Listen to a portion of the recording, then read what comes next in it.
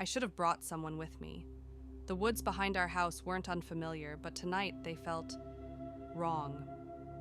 The trees leaned closer than usual, their branches like crooked fingers against the moonlight. I clutched the flashlight tighter, its beam slicing through the dark like a blade. "Milo," I called, voice trembling more than I wanted to admit. "Come on, boy." No answer, just the crunch of my boots on damp leaves and the distant hoot of an owl. Milo had bolted around dusk, chased something into the trees. I'd waited an hour, then two, but when the sun dipped and the wind picked up, I grabbed my coat and flashlight and followed the trail behind the shed. His leash still hung by the door, swaying slightly like it missed him too. The deeper I went, the quieter it got. No crickets, no rustling, just the sound of my breath and the occasional snap of a twig beneath my feet. I tried whistling, his favorite tune, but it came out thin and shaky. Then I heard it, a bark, faint, far off. I turned toward it, heart leaping.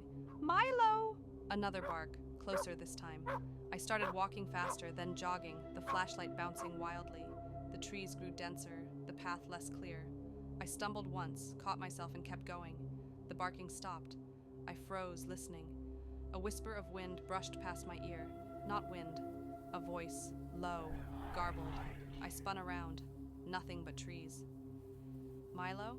I whispered, suddenly unsure if I wanted an answer.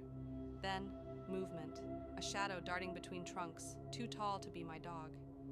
I backed up, flashlight trembling in my grip. "Hello?" I called, voice cracking. Silence.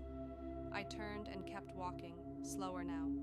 The air felt thicker, like breathing through cotton. My flashlight flickered once, then steadied. I passed a tree with deep gouges in the bark, claw marks, number, too wide, too deliberate. I kept going. Then I saw it. Milo's collar lying in the dirt, no blood, no fur, just the collar, snapped clean through. I knelt, fingers brushing it, when I heard the whistle. Not mine. It came from behind me, 3 notes, slow and mocking. I stood, heart hammering. "Who's there?" I demanded, trying to sound brave. No answer.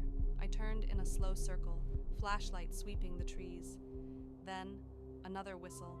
Closer I started walking again. Faster now, clutching Milo's collar like a talisman. The forest changed.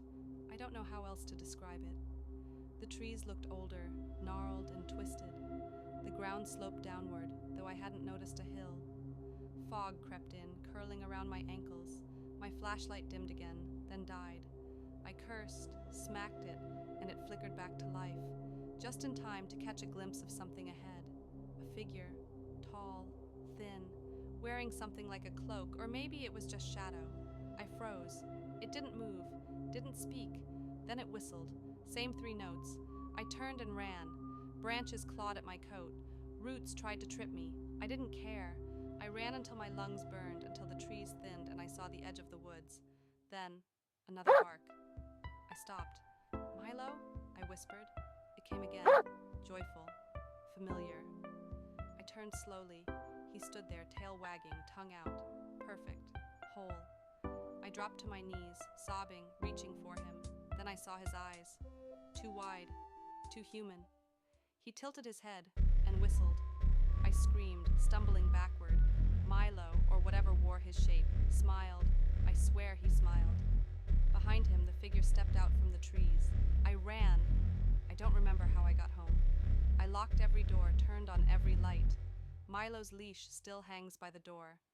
I haven't touched it. Sometimes, late at night, I hear barking in the woods. Sometimes I hear whistling. I don't go outside anymore. But last night I found muddy paw prints on the porch. And the collar I dropped? It was hanging on the doorknob.